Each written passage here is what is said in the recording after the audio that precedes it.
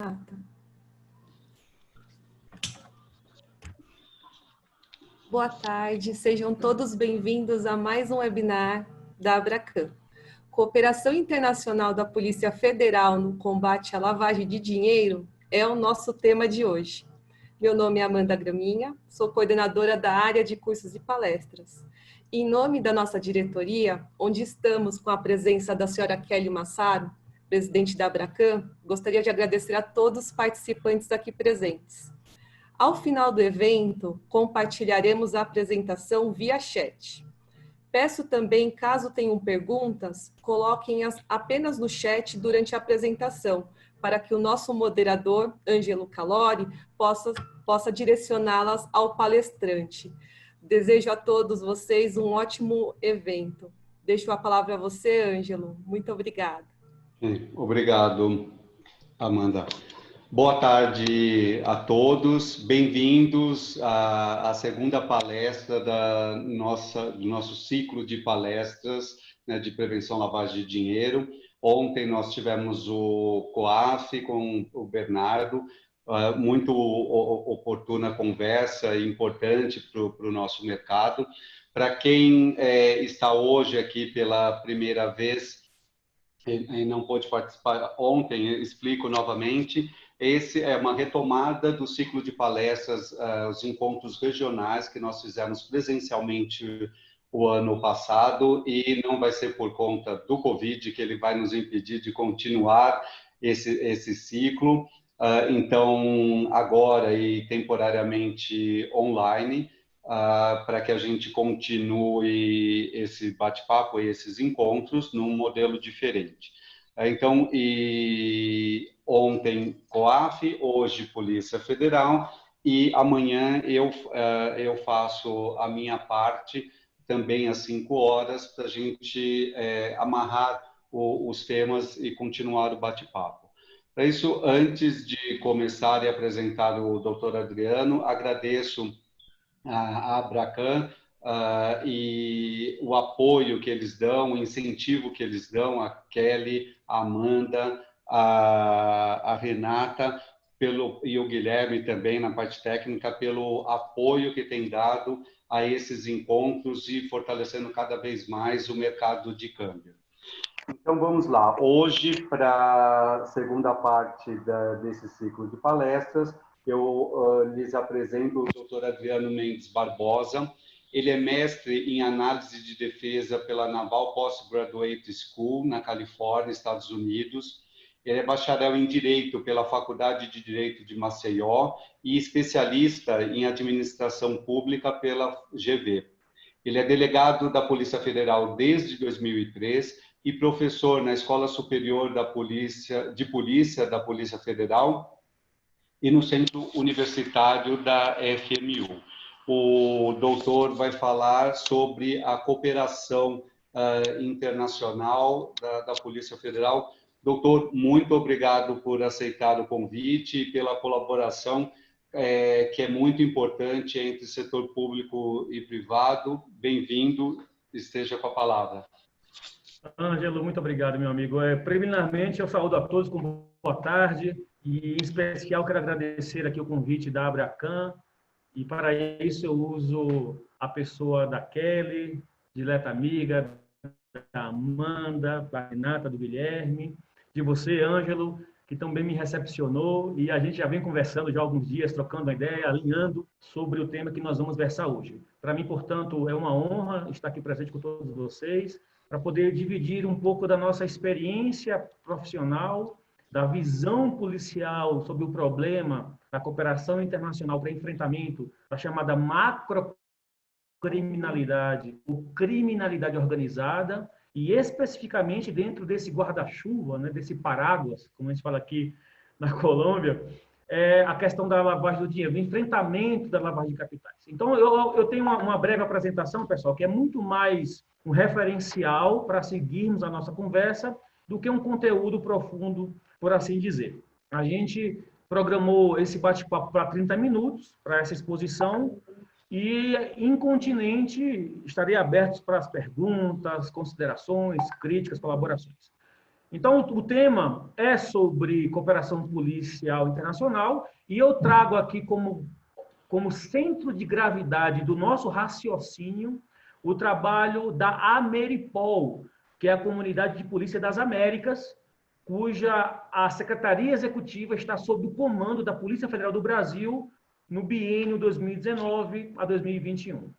E aí nós vamos, então, versar especificamente sobre essa nova perspectiva de cooperação policial nas Américas, avançando sobre o enfrentamento da macrocriminalidade. Próximo, por favor, o slide. É o Guilherme, né? Vamos lá, Guilherme, mais um, por favor. A nossa agenda, portanto, uma introdução que eu já iniciei a fazer. Depois nós vamos visitar os 5 grandes eixos que a Ameripol trabalha, desenvolve o seu trabalho. E aí vamos adentrar na questão mais específica do enfrentamento da macrocriminalidade e os reflexos desse enfrentamento em relação à lavagem de dinheiros e, ao fim e ao cabo, mas não por menos, uma conclusão. Por favor, próximo. Pode ir. Bem, a Ameripol, pessoal, ela está sediada aqui em Bogotá, a 2.650 metros de altitude. Os bogotanos costumam dizer, Ângelo, que eles estão mais perto das estrelas. E eu costumo dizer que nós estamos mais perto do colapso por causa da falta de ar. É impressionante como falta ar aqui e como é frio essa cidade. Mas é muito agradável. Bogotá, eu recomendo a visita. É uma cidade, o bogotano é muito hospitaleiro, então venham à Colômbia, que vale a pena. Essa imagem é da nossa sede, aqui perto do centro de Bogotá, onde nós desenvolvemos um trabalho de cooperação internacional. Então, na nossa sede da Ameripol, nós temos policiais de todas as Américas, América do Norte, Central e do Sul, que enviam, portanto, o seu...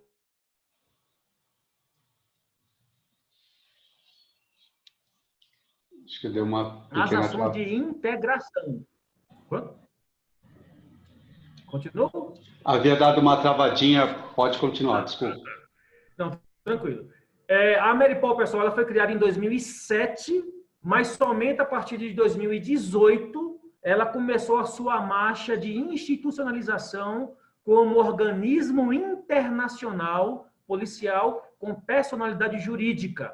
A grande referência da Ameripol é a Europol, né, que é a comunidade de polícia da Europa, que já tem 25 anos de estrada e nós só estamos engateando agora. E também temos como contrapartes a Asianapol, a Africapol, a comunidade de polícia dos países árabes. Ou seja, é um mecanismo regional onde as polícias, as agências policiais e agências de law enforcement, por exemplo, agências de fronteira, vêm juntas ao redor da mesma mesa para discutir, para interagir e para levar a termo ações conjuntas, seja no plano da informação, seja no plano da operação ostensiva, seja no plano da investigação criminal, para enfrentar a macrocriminalidade transfronteiriça. Esse é o grande papel da Ameripol. Próximo, por favor. Nós hoje contamos com 32 agências policiais e de law enforcement. Nós temos desde o DEA, da Agência de Antidrogas Americana, até os Carabineiros do Chile, na América do Sul, permeando as várias polícias e agências de law enforcement das Américas, América do Norte, Central e do Sul. E o Brasil é representado da Ameripol pela Polícia Federal do Brasil, que nós temos um oficialato de ligação dentro da Ameripol e desde 2018 nós fomos eleitos para assumir a gestão da Ameripol. Próximo. Além dos membros, nós temos observadores, que são entidades públicas, não necessariamente policiais e não necessariamente das Américas, que observam, que participam como observador da Ameripol. Então, as polícias de Israel, o NODC da ONU, a polícia da Alemanha, da Espanha, Itália, a própria Interpol, são todos membros observadores. E, além dos membros públicos, nós temos também membros privados, A Ameripol hoje conta com 2 grandes membros privados. Um deles é a La Liga Espanhola, que promove o campeonato de futebol espanhol para enfrentamento do crime organizado ao redor do futebol, uma coisa muito interessante. A questão das apostas ilegais, da compra de jogadores e juízes, é uma coisa bem interessante. E a outra é a Tracite,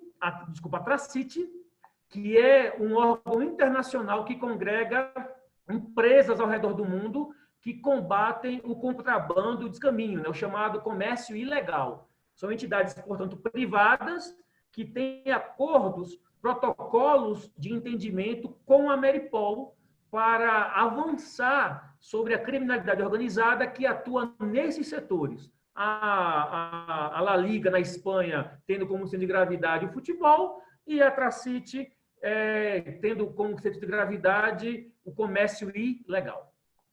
Próximo. Bem, como eu já falei para os senhores, a Polícia Federal ela tem a honra de chefiar a Ameripol, a sua Secretaria Executiva, num mandato de 2 anos. Então, eu estou aqui na Colômbia representando o meu diretor-geral, o Dr. Rolando Alexandre de Souza, e temos um mandato que se iniciou ano passado, quando eu cheguei aqui em Bogotá, e se estenderá até agosto do ano que vem, que é o ciclo de gestão da Secretaria Executiva, e aí onde haverá uma eleição de um novo secretariado, um novo país-membro, um outro país-membro, que vai dar continuidade aos trabalhos que o Brasil está desenvolvendo deste biênio 2019-2021. Então, a Polícia Federal tem a honra de ser a gestora da Ameripol nesses agora menos de 2 anos, né? Nesse próximo ano e meio. Por favor, próximo. Bem, feita essa introdução, essa visão panorâmica sobre a Ameripol, vamos agora versar sobre algo mais específico, que são os eixos de ação que a Ameripol ela caminha, por onde ela desenvolve os seus trabalhos institucionais do ponto de vista da cooperação internacional dentro das Américas e também com interface com organismos globais que estão em todos os continentes do mundo. Próximo, por favor. Isso, aí. Bem, o primeiro grande eixo que a Ameripol trabalha, pessoal, é intercâmbio de informações. Nós não trabalhamos apenas no espectro da polícia judiciária, vale dizer, de instauração de investigações formais, desencadeamento de operações. Trabalhamos muito no espectro do dado, da informação, que dá mais velocidade aos informes que se relacionam com criminalidade organizada. Então, nós temos um sistema de comunicação criptografado que interliga o que a gente chama de UNA, Unidade Ameripol, nos 32 membros da Ameripol. Então, cada uma dessas, ela reúne em seu país dados e promove intercâmbio diretamente com a Ameripol e com as outras unidades Ameripol espalhadas pelas Américas e também, através da Secretaria Executiva, promovendo interface com organismos policiais observadores que estão presentes na nossa comunidade de polícias. Então, primeiro eixo de atuação nossa é trabalhar a informação, trabalhar o dado de inteligência, não necessariamente um dado de polícia judiciária, mas aquele dado mais expedito, aquele que a autoridade policial tem que tomar conhecimento mais imediatamente para tomada de decisão. O próximo, isso já pode deixar, Guilherme. O próximo, a par das informações, as operações policiais conjuntas. Eu digo hoje, para todos, que esse é um dos pontos fortes da Ameripol. Hoje nós conseguimos desenvolver operações policiais envolvendo 32 países diferentes, 32 polícias diferentes, em menos de um mês. A gente bota, como a gente fala, né? Bota em campo o time para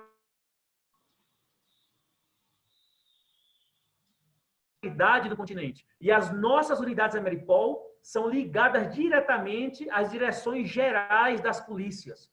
O exemplo do Brasil, por exemplo, a unidade Ameripol da Polícia Federal, ela é da Coordenação Geral de Cooperação Internacional, que se liga direto à diretoria executiva da Polícia Federal e ao diretor-geral da Polícia Federal.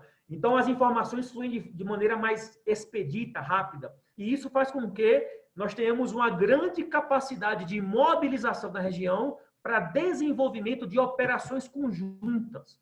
Inclusive, eu trago um case, 2 cases aqui mais à frente, que vocês vão perceber como a Maripol faz para desenvolver essas ações conjuntas de enfrentamento regional e global do crime organizado. Próximo. O próximo eixo de ação nosso é capacitação, alinhamento, e isso é importantíssimo.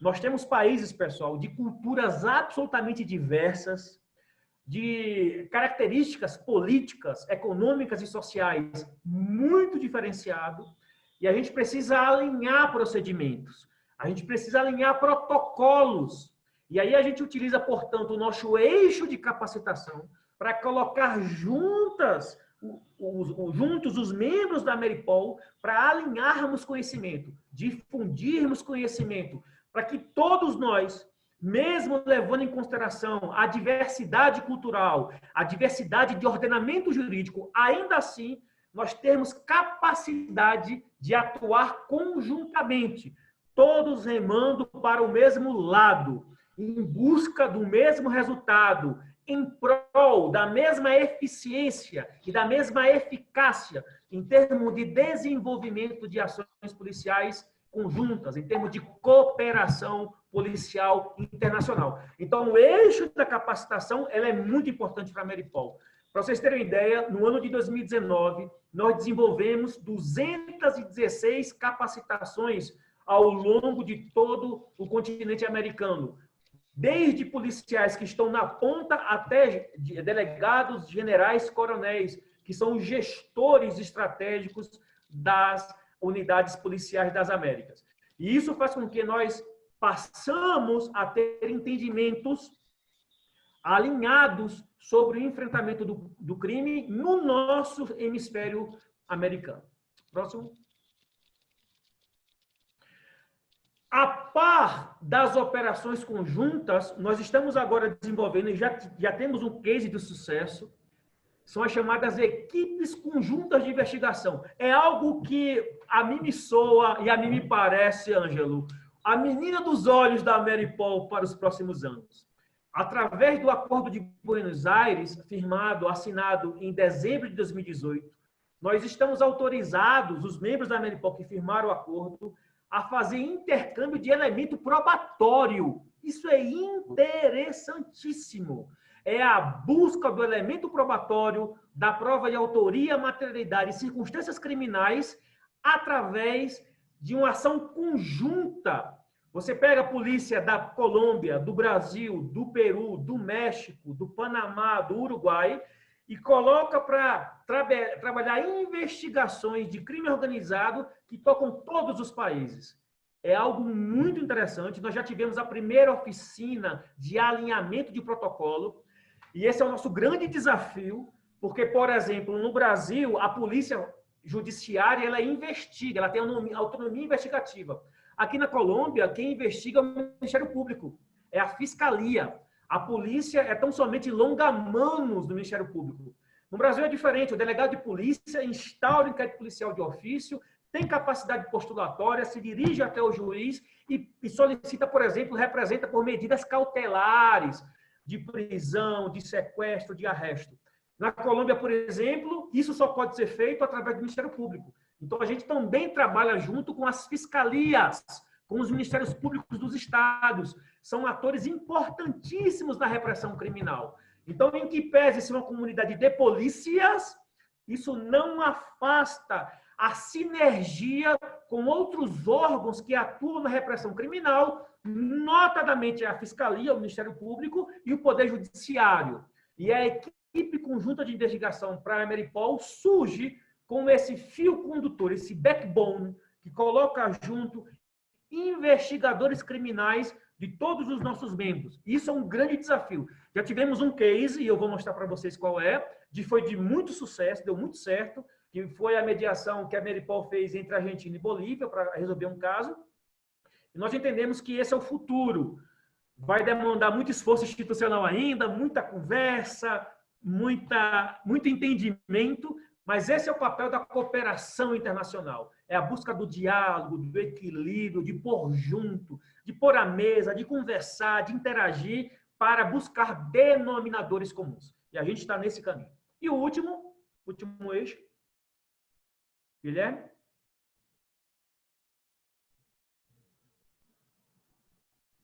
Pode o próximo, Guilherme? Eu acho que não está. Falta só mais um, dá um clique. Um instantinho que eu acho que deve ter travado aqui para ele, doutor. A tela dele é...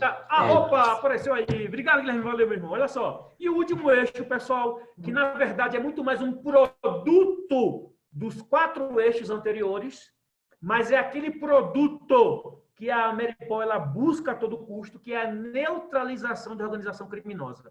É esse o nosso mantra. É para isso que a Ameripol existe, para neutralizar, avançar sobre a ação de macrocriminalidade nas Américas, através dos seus membros, de maneira organizada, técnica, sob o manto da legalidade, obedecendo de maneira inarredável direitos e garantias fundamentais, sendo eficiente, sendo eficaz no enfrentamento do crime organizado.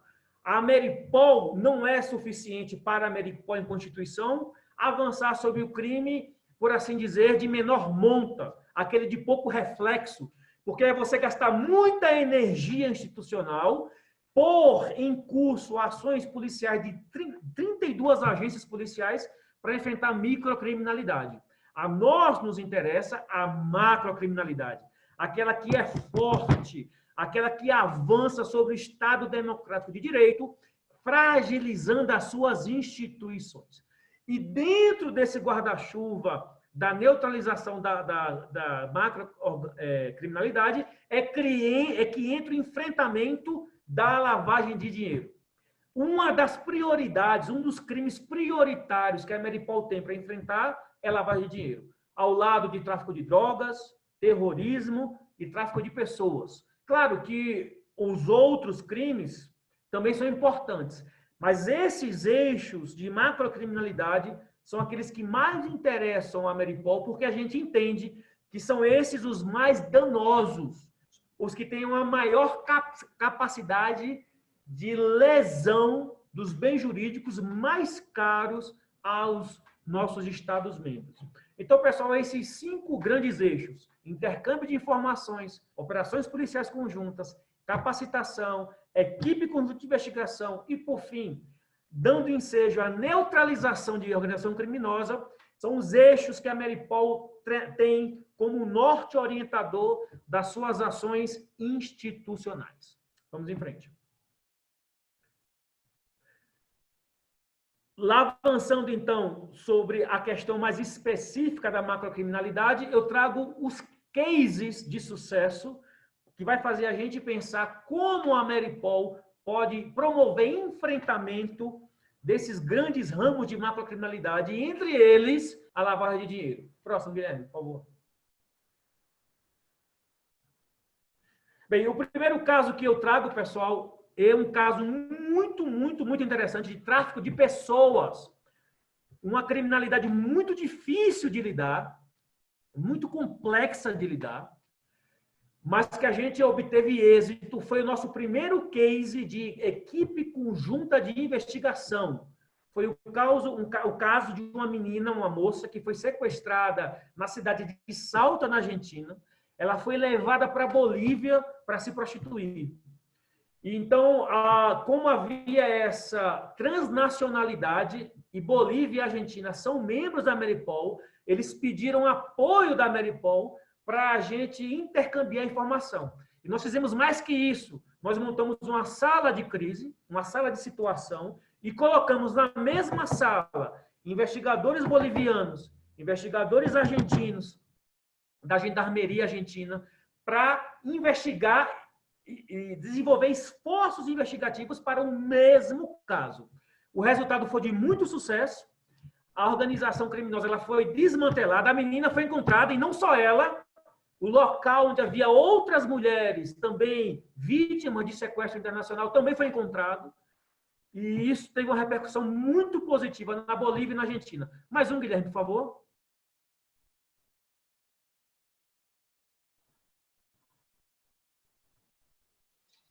Mais um. Só está com um pequeno delay aí. Esse é uma menção... Não, permaneça nesse, por favor. Não vá à frente. Não, no anterior. A anterior completa, porque na anterior tinha duas partes, né? Eu acho que só está com um delay na hora de carregar a tela. Isso, não tem problema. Não tem problema. Voltando então, Guilherme, por favor. Isso. Não, mas só para dizer que houve tanta repercussão, que a ministra da Segurança Pública e o Poder Judiciário argentino emitiram notas públicas elogiando o trabalho da Maripol. A ministra Bullrich, ela não é mais ministra, né, que mudou o governo argentino no final do ano passado, mas a então ministra da Segurança Pública, ela reconheceu a relevância da Maripol, inclusive a Argentina, muito em face desse caso, foi uma das primeiras, junto ao Brasil, a subscrever o Acordo de Buenos Aires para a institucionalização da possibilidade de intercâmbio de provas criminais. E isso, então, foi um reconhecimento institucional. Próximo. E esse aqui é um outro caso que eu trago, é o que a gente chamou de Operação Delta, uma operação muito interessante, que foi desenvolvida da América Central até a América do Sul, com 17 corpos de polícia, 13 países envolvidos, trabalhando ao mesmo tempo. Foi um grande desafio para a gente. Ele teve como objeto de investigação, de operação, o furto de veículos, o que é muito forte nas fronteiras. Essa foi uma operação eminentemente de fronteiras. Então, foram montadas equipes da Polícia do Brasil, Bolívia, Paraguai, Argentina, Chile, Equador, Colômbia, Panamá, até o México, trabalhando conjuntamente, trocando informações dentro da nossa sala de crise, da nossa sala de situação, em tempo real, de medidas para enfrentar as organizações criminosas que promovem esse tipo de crime. No Brasil, por exemplo, o grande alvo nosso foi a fronteira com o Paraguai. E a gente teve uma grande colaboração da Polícia Paraguaia e da Argentina também, notadamente na Tríplice Fronteira. Fizemos um trabalho muito, muito forte no Brasil com o BEFRON, a Polícia Civil e a Polícia Militar do Paraná. Foi muito sucesso. 292 estruturas criminosas foram desarticuladas, né? Núcleos criminosos. Mais de 1.600 pessoas presas, foi estrondoso. Mais de 3.000 veículos recuperados, mais de 2.000 motocicletas, mais de 44.000 partes de veículo, e rendendo, exprimindo uma cifra muito elevada em termos financeiros. Ou seja, essa é a capacidade que a Maripol tem, de colocar os países juntos, sob o mesmo eixo de atuação, de maneira coordenada, dialogada. Não há imposições, e nem pode haver, é mecanismo de cooperação e não de imposição. Eu costumo dizer que não existe comando na Maripol, existe coordenação na Maripol. Não existe mando, existe diálogo institucional muito profícuo. Então, a gente tem a capacidade de colocar os países juntos e enfrentar o mesmo fenômeno criminoso. Isso serve para todo e qualquer fenômeno. Óbvio, uns são mais complexos que os outros, uns demandam um sigilo maior, como é o enfrentamento ao terrorismo, por exemplo. Mas, ainda assim, a gente demonstra que a nossa organização, nosso organismo, tem uma capilaridade que promove eficiência e eficácia na cooperação policial internacional, atingindo frutos extremamente interessantes a nosso sentido. Próximo. E já caminhando para o final. Bem, pessoal, a conclusão que a gente chega nessa breve apresentação, né, eu falei com o Ângelo antes, né, Ângelo? Só dão 30 minutinhos e eu cumpri meu tempo.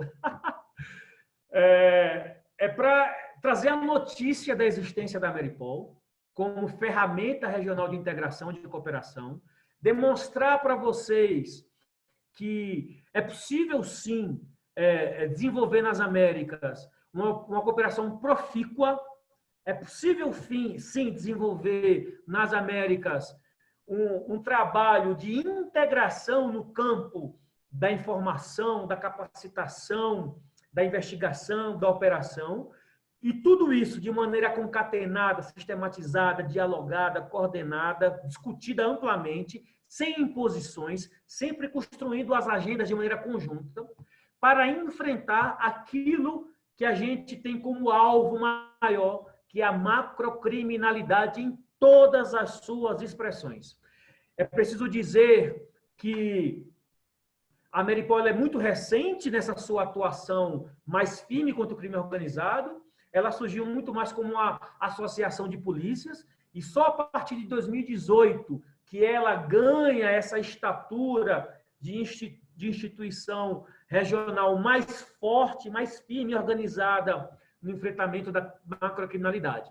E esse é o papel, portanto, pessoal, da Polícia Federal dentro da Ameripol, no papel de gestor da Ameripol nesses 2 anos, entre 2019 e 2021. E eu espero, quando acabar minha missão, e passar o meu bastão para o próximo colega do próximo país que vai assumir a gestão da Ameripol, com um sucesso de gestão, com números positivos e entregando uma Ameripol muito melhor do que aquela que o Brasil encontrou no início da sua gestão. Era isso que eu tinha para falar, muito breve, é como um voo de um pássaro, mas eu tenho certeza que pelo menos despertou o interesse sobre o tema. Muito obrigado. Certamente, é um tema bastante importante, sim. Muito obrigado. Então, vamos para as perguntas, e aí a gente vai intercalando e continuando este bate-papo, que está muito interessante. O André Marques pergunta como que o doutor enxerga a ramificação do PCC na Colômbia e quais seriam as ações para sufocar essa ramificação, né, essa internacionalização do crime organizado brasileiro, e que ainda consegue viabilizar diversas operações de tráfico de droga e de lavagem de dinheiro. Sim, esse é um tema extremamente interessante, inclusive é um dos temas que a gente debate muito aqui na Colômbia, principalmente os colombianos em relação aos brasileiros, né? Existe muita demanda de informação da Polícia Nacional da Colômbia, da PNC, para a Ameripol, em termos de informes e informações sobre o PCC e também para a nossa Polícia Federal. Isso é verdade. A chamada mundialização ou globalização se deu em todos os setores. E, óbvio, inclusive no crime organizado. E a gente percebeu nos últimos anos essa expansão do PCC em direção a países vizinhos, notadamente os países que, infelizmente, são grandes produtores de narcótico, né? Vocês sabem que só quem produz cocaína no planeta é Bolívia, Peru e Colômbia. Não tem outro produtor. São esses 3. E existe, portanto, uma atração natural desses nossos países vizinhos, desses nossos companheiros, atraindo essa ação da macrocriminalidade. E eu digo a você e garanto, existe esse enfrentamento muito forte. A Polícia Federal, que é o nosso braço de enfrentamento do crime organizado transnacional, atua fortemente.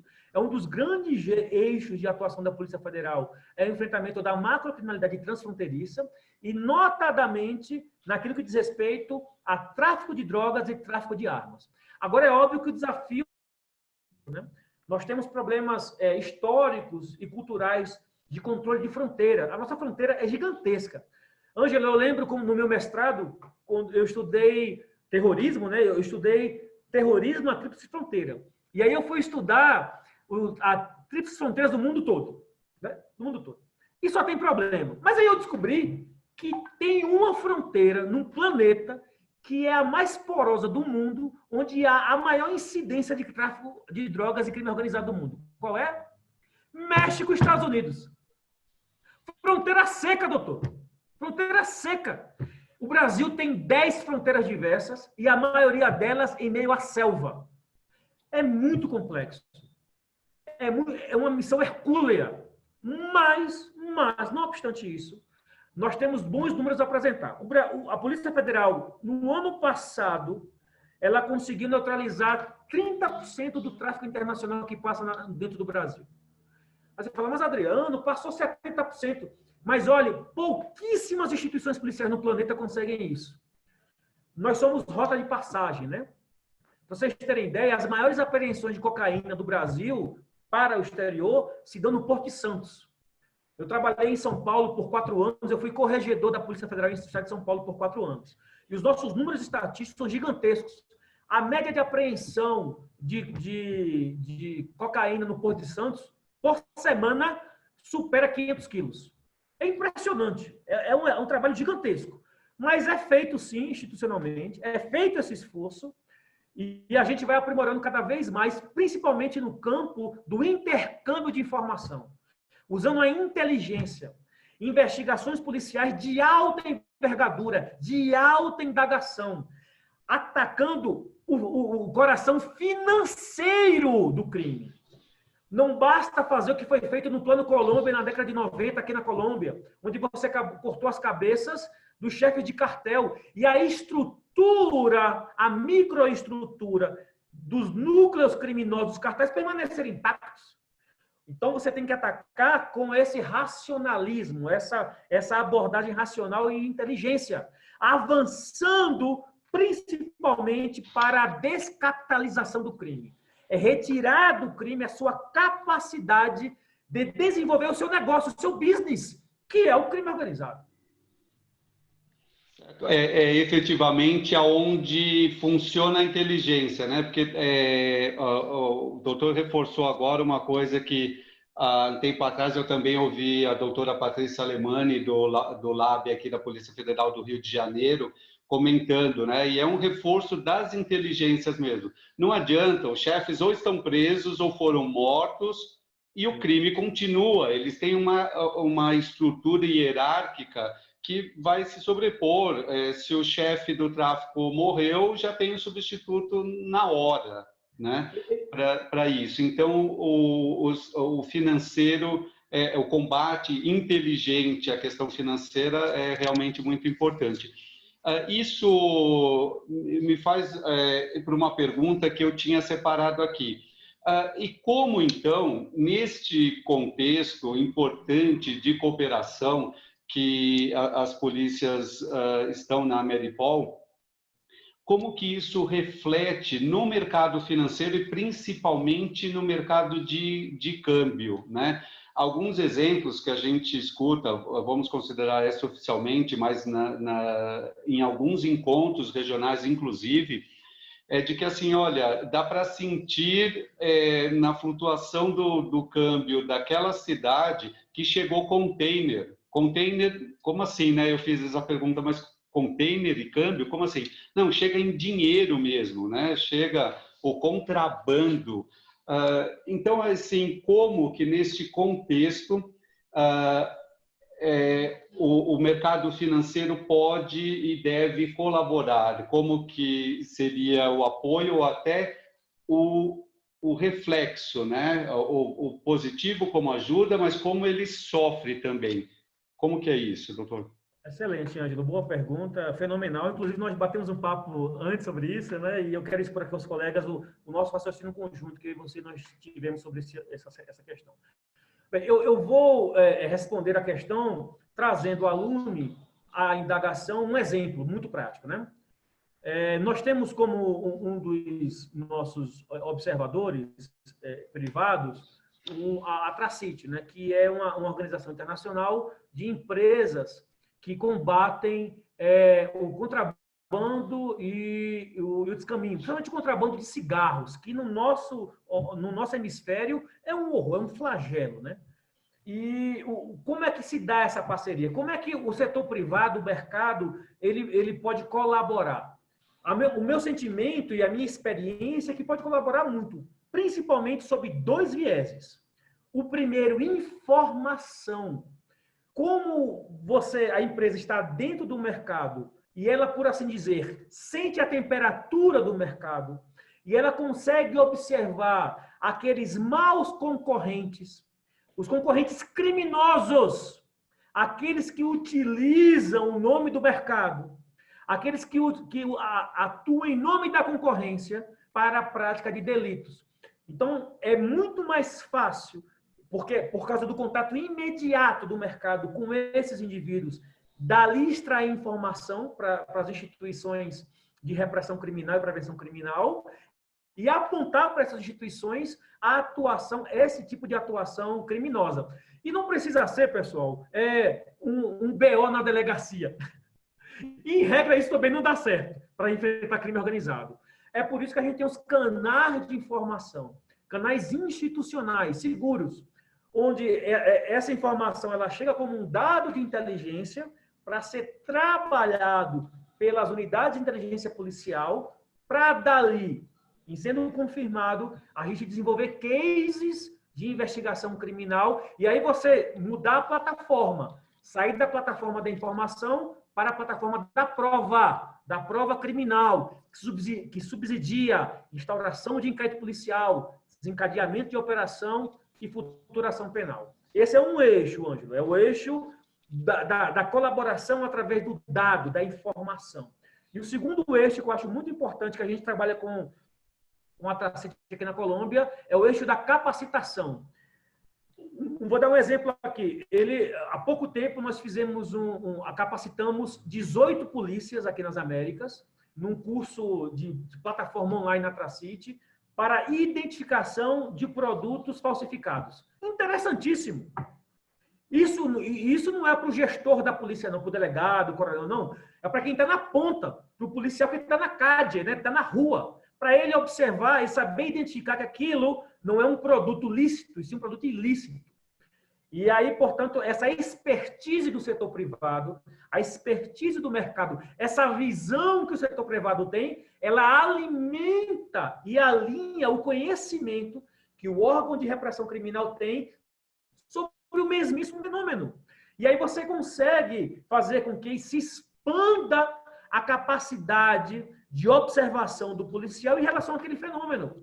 Como identificar, por exemplo, transações financeiras suspeitas. Como identificar, por exemplo, que determinada empresa de câmbio ou determinada empresa que trabalha com turismo, ela está envolvida com ações criminosas. Claro que a polícia tem seus mecanismos para isso, mas essa perspectiva do mercado, agregando valor à perspectiva policial, essa soma, ela engrandece, ela fomenta a capacidade de enfrentamento do mesmo fenômeno. Então, eu diria desses dois grandes eixos, Ângelo. A informação privilegiada que o mercado traz, que é o insider, né? O insider, aquele que está dentro do mercado e observa de dentro para fora, e essa informação é muito privilegiada para a gente. E segundo, é emprestar essa visão que o mercado tem sobre os fenômenos que lhe tocam, através de alinhamento de conhecimento com os órgãos de repressão e prevenção criminal. Acho que esses dois grandes eixos são muito férteis para a gente trabalhar em conjunto. Perfeito. E em relação a isso, é importante observar, né, a informação que chega do mercado, reforçar como a gente sempre tem feito isso nas palestras, nas aulas.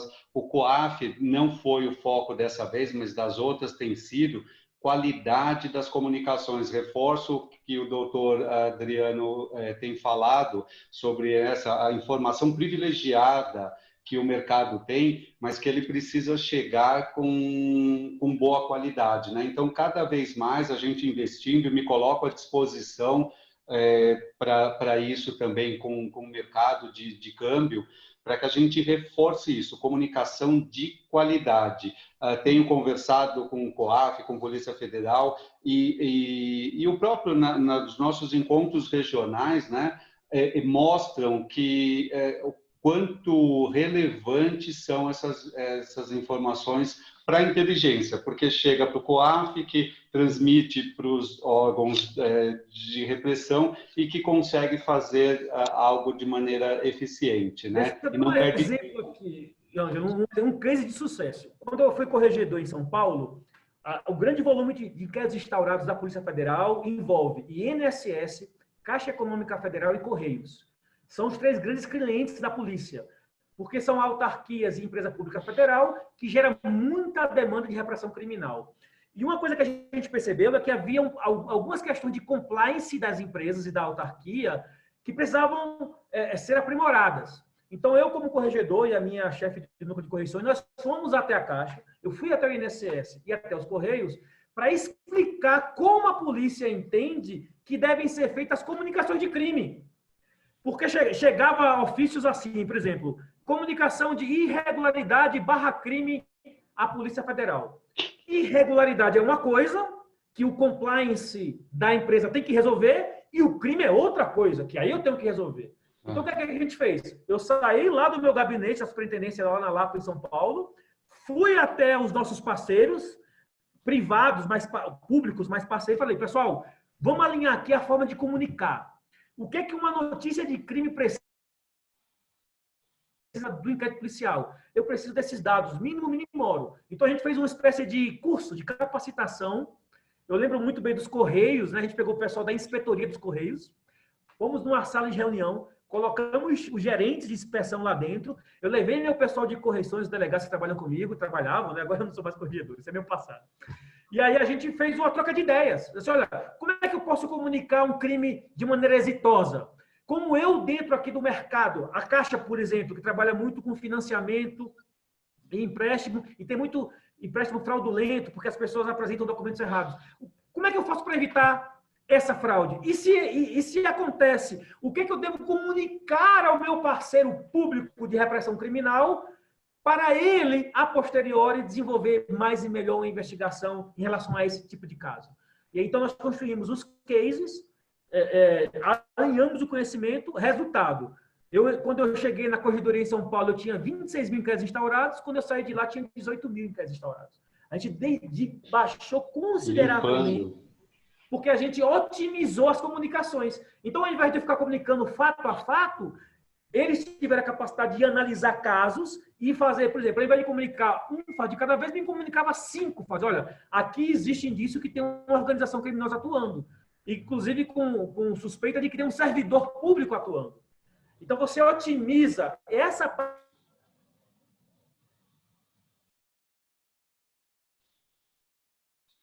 Travou.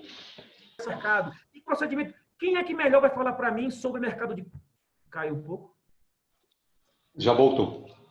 Quem é que vai melhor falar para mim sobre o mercado de câmbio, se não as empresas de câmbio, se não a Abracan, que é a maior autoridade que congrega as empresas do mercado, para me informar, para me alinhar e dizer, Adriano, não vai por aí que esse caminho não é bom, vai por esse caminho aqui, ó. Aqui você pega o cara.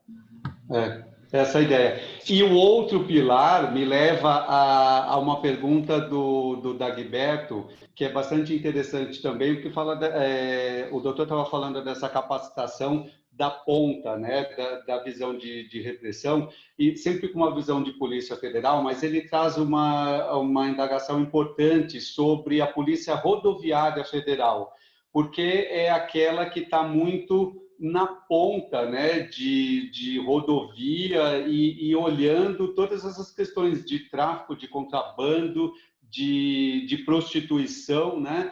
E como que então, esta parceria com outros, por exemplo, como a Polícia Rodoviária Federal?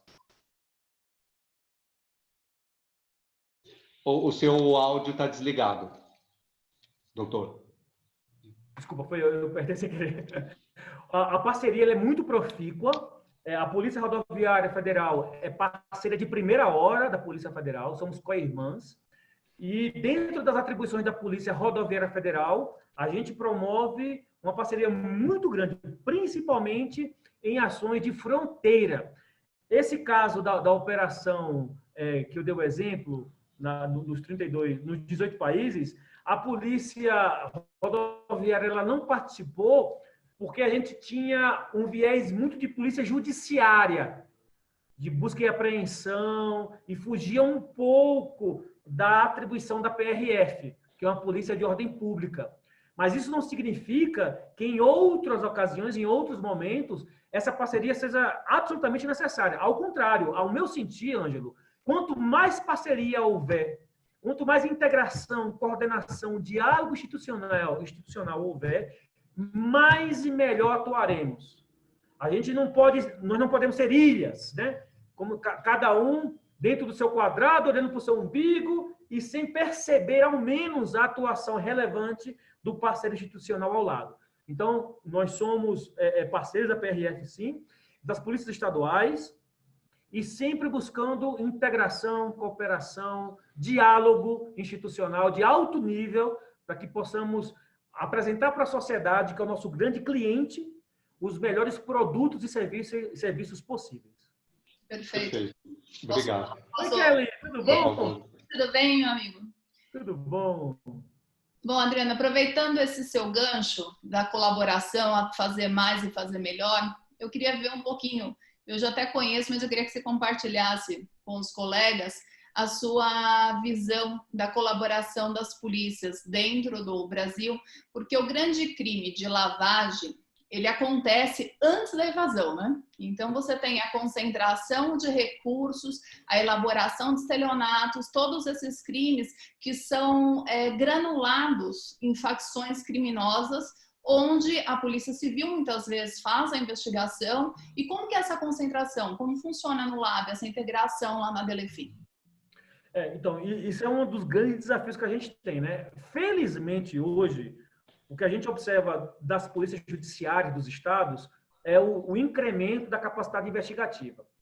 A própria Polícia Federal, por exemplo, ela só começou a atuar nos crimes financeiros a partir de 2004, 2005. Até então, a gente não tinha. Eu lembro que eu entrei na polícia em 2003, e aí, em 2004, foi criado um núcleo de crimes financeiros. Era uma coisa pequena. Eu lembro do Dr. Paulo Roberto Falcão, lá do Rio de Janeiro, foi meu professor na academia, foi um dos pioneiros lá na Operação Farol da Colina, que o doutor Moro, inclusive, era juiz à época e atuou no caso. Foi um dos primeiros cases de sucesso que a Polícia Federal teve. Mas, ao longo desse período, hoje nós temos uma coordenação geral de crimes financeiros, que até bem pouco tempo atrás, quem estava lá, meu amigo Márcio Anselmo, que é uma das autoridades de polícia judiciária de repressão ao crime financeiro. Bem, essa é a velocidade da Polícia Federal. Tem uma outra velocidade, que é a velocidade das polícias judiciárias estaduais, que tem outras características, outras realidades institucionais, outras capacidades e investimentos. Mas a gente percebe que está havendo uma evolução. Eu posso falar aqui, por exemplo, da Polícia Civil do Estado de São Paulo, que é a minha experiência mais próxima, da Polícia Civil do Rio de Janeiro, da Polícia do Paraná, do Rio Grande do Sul, onde eles já têm investigadores dedicados. O que é que a gente espera? Então, é que essas instituições, elas evoluam na investigação do plano financeiro, para que a gente possa mais e melhor compartilhar informações e provas. Já existe esse compartilhamento, mas ele é muito feito hoje caso a caso. A gente não consegue ainda... por essas questões que eu falei, de marcha institucional, ter, por exemplo, um laboratório de lavagem de dinheiro conjunto. A gente ainda não tem essa realidade. A Polícia Federal em São Paulo, por exemplo, na Delefim, ela tem, ao meu sentir, o melhor laboratório de lavagem de dinheiro do Brasil. É de lá que saem grandes operações. A Karine, não sei se você conhece a doutora Karine, que é a chefe é uma pessoa... Gente boníssima da minha turma de academia. A Karine faz um excelente trabalho. Ela e o Vitor Hugo também, que trabalha com crime financeiro. Então, eles desenvolvem cases muito interessantes a partir dos dados do mercado, dados do COAF, né? Os chamados RIFs, né? Que vêm para a gente usa como dado de inteligência, a gente coloca no software de análise, faz o cruzamento de dados e dali saem os cases.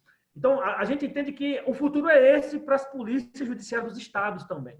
Infelizmente, o momento histórico ainda é de evolução, mas eu acho que um pouco mais a gente vai ter já grandes laboratórios também de combate à lavagem de dinheiro nas polícias estaduais, para aí a gente poder aprimorar, aprofundar nossa capacidade de intercâmbio de informação e de desenvolvimento de operação conjunta.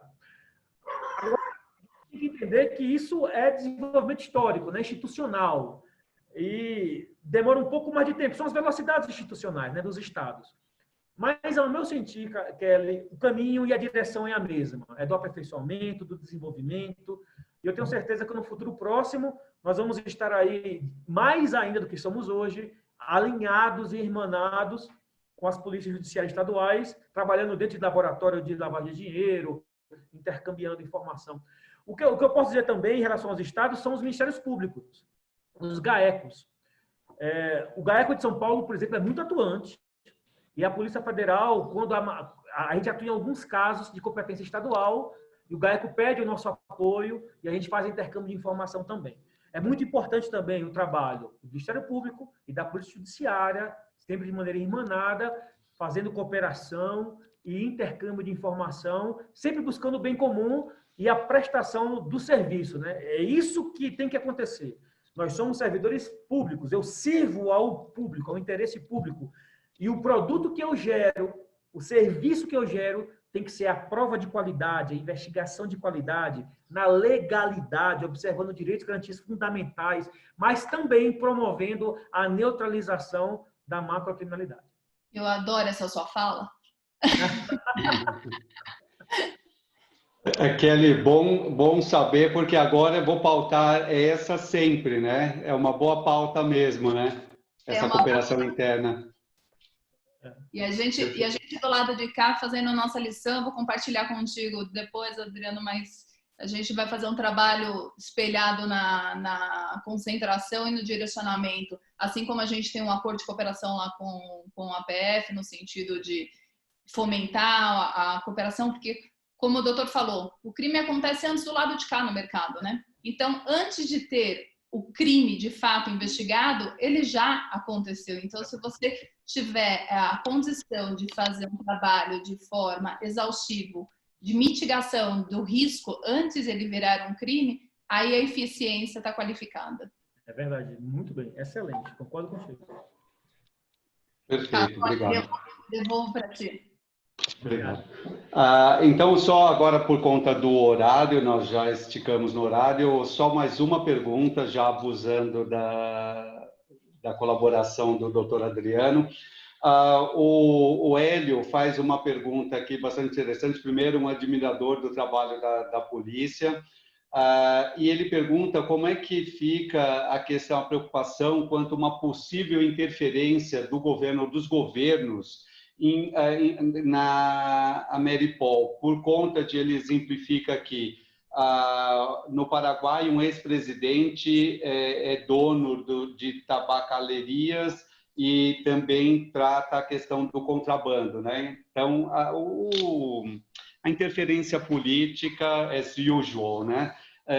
Como que vocês lidam com isso? Se pode entrar nesse mérito político? Eu não lido com isso. O que é que a gente lida? A gente lida do plano técnico. Eu na Secretaria Executiva da Ameripol,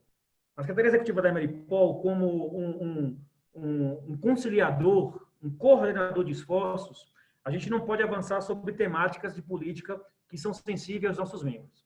Então, qual é o nosso comportamento aqui? É atuar no plano técnico da investigação, no plano técnico policial, no plano técnico da cooperação. E a gente acredita no nosso parceiro. Então, eu acredito na Polícia Nacional do Paraguai. Eu acredito na Polícia Nacional da Colômbia. Todas as polícias, todas as instituições têm seus problemas. Mas eu não posso pautar os trabalhos de cooperação internacional no viés do problema.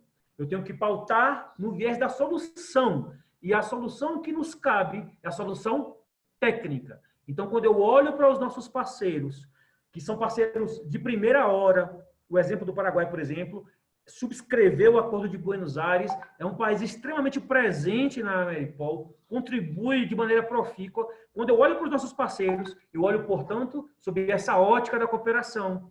Eu olho, portanto, sob essa ótica da coordenação e não me imiscuo, não avanço sobre questões de política interna de cada país. Eles têm seus problemas, como nós temos os nossos, mas nós sempre nos encontramos em busca de soluções técnicas. A questão política ela passa por outras instâncias que não a Ameripol, E a gente, quando olha para o parceiro, a gente olha como solução da Ameripol e não como um problema da Ameripol. Perfeito. Mas é bom, trabalha com técnico, deixa os chefes que se entendam. Exato. Deixa para o Itamaraty. O Itamaraty cuida das questões diplomáticas. Perfeito, legal. Acho que é isso. Nós, infelizmente, o horário foi muito produtivo. Antes de fazer o encerramento do evento, por favor, como nós fizemos ontem, gostaria de suas considerações finais para nós do mercado de câmbio. Eu quero agradecer imensamente a Abracan, na pessoa da Kelly, que ela é uma dileta amiga, extremamente competente. O trabalho que ela desenvolve na gestão da Abracan salta aos olhos. Agradeço muito também o apoio da Amanda, que me atura. Fizemos o teste, tudo. Ela é uma pessoa muito prestativa, a Renata também, o Guilherme. Agradeço a você, Ângelo, pela parceria. Foi um prazer conhecê-lo. Espero, proximamente, a gente tomar um café junto aí para a gente ter mais tempo para conversar e desenvolver ideias. E deixar a seguinte mensagem, pessoal. A Ameripol está de portas abertas. A gente entende que essa interação, integração, parceria do setor público com o setor privado é fundamental no enfrentamento do crime organizado. Sem essa visão do mercado, a gente não consegue prosperar. Sem essa visão privilegiada do insider, de quem está dentro, observando o problema de dentro para fora, a gente não consegue avançar, a gente começa a andar em círculos e a gente não consegue dar um próximo passo. Então, é fundamental. E esse papel que a Abracan desenvolve na área de câmbio é de excelência. E a Ameripol quer estar sempre próxima da Abracan, na medida das instituições, né, possíveis, e sermos um parceiro sempre de primeira hora. Estou aqui em Bogotá, a 2.650 metros de altitude, à disposição, mas o celular está sempre ligado, o e-mail está sempre aberto para qualquer tipo de demanda e que eu esteja apto e autorizado a desenvolver. Podem contar comigo, agradeço muito. E foi um prazer estar com vocês aqui nessa última hora, foi muito legal, eu me diverti muito, espero que todos tenham se divertido também. Obrigado. Obrigada, Adriana. Você sabe que essa deixa é um perigo, né? Você sabe que a gente já pede, já fica no seu telefone pedindo colaboração, aproveita da sua expertise descomunal, mas eu já deixo aqui um desafio lançado para o próximo, para a gente falar um pouquinho do crime organizado interno dentro do Brasil, que eu sei que você dá aula, dá show, já presenciei. E todo esse frio de Bogotá, daqui a pouquinho, liberando as fronteiras, eu tô por aí. Tá bom. Vamos tomar um café com ele, que o café colombiano é muito bom também. A gente vai até aí para o café. Sensacional. Obrigado, pessoal. Grande abraço. Pessoal, muito obrigado pelo evento, doutor Adriano. Muito obrigado por essa excelente trazer de toda essa sua experiência técnica e prática, isso muito importante para o mercado. Muito obrigado pela sua disponibilidade, a sua atenção e simpatia de sempre. A Abracan, na pessoa da Kelly, que realmente tem feito e fomentado o mercado, uma administração excelente que a Abracan tem feito em prol do mercado, que não existiria também sem a participação da Amanda, da Renata e do Guilherme, ajudando como equipe, e o mercado, né, todo mundo, todos os associados que tem sempre estado presente, sempre prestigiado e apoiado e trazido dúvidas, necessidades que só tem ajudado a fomentar o mercado. Muito importante toda essa, mais do que uma triangulação, toda essa conexão com todo mundo envolvido, engajado de maneira muito envolvente. É isso que faz um evento bastante diferente e gostoso assim. Muito obrigado a todos, então, e boa noite. Muito obrigado. Obrigada, Lore, sempre dando um show. Obrigado. Obrigado, time. Obrigado, eu gostaria de aproveitar, agradecer a presença de todos vocês e já convidar para o próximo evento de amanhã. Estaremos nesse mesmo horário, das 5 horas, com a participação do mestre Calori. Vai trazer para nós a a palestra Prevenção à Lavagem de Dinheiro, fechando o nosso ciclo de palestras PLD. Gostaria muito de contar, se possível, com a presença do doutor Adriano. Seja muito bem-vindo. Será muito bem-vindo e contar com a presença de todos vocês. Eu deixei aqui no chat a todos o caminho das inscrições, lembrando que todos sabem que nossas vagas são limitadas. Então, quanto antes vocês fizerem a inscrição, vocês obterão os dados para ativar o link do Zoom. Tá bom, pessoal? Agradeço a participação de todos vocês, desejo uma ótima noite e amanhã estaremos todos juntos. Obrigada. Tchau, tchau. Obrigado. Tchau. Tchau.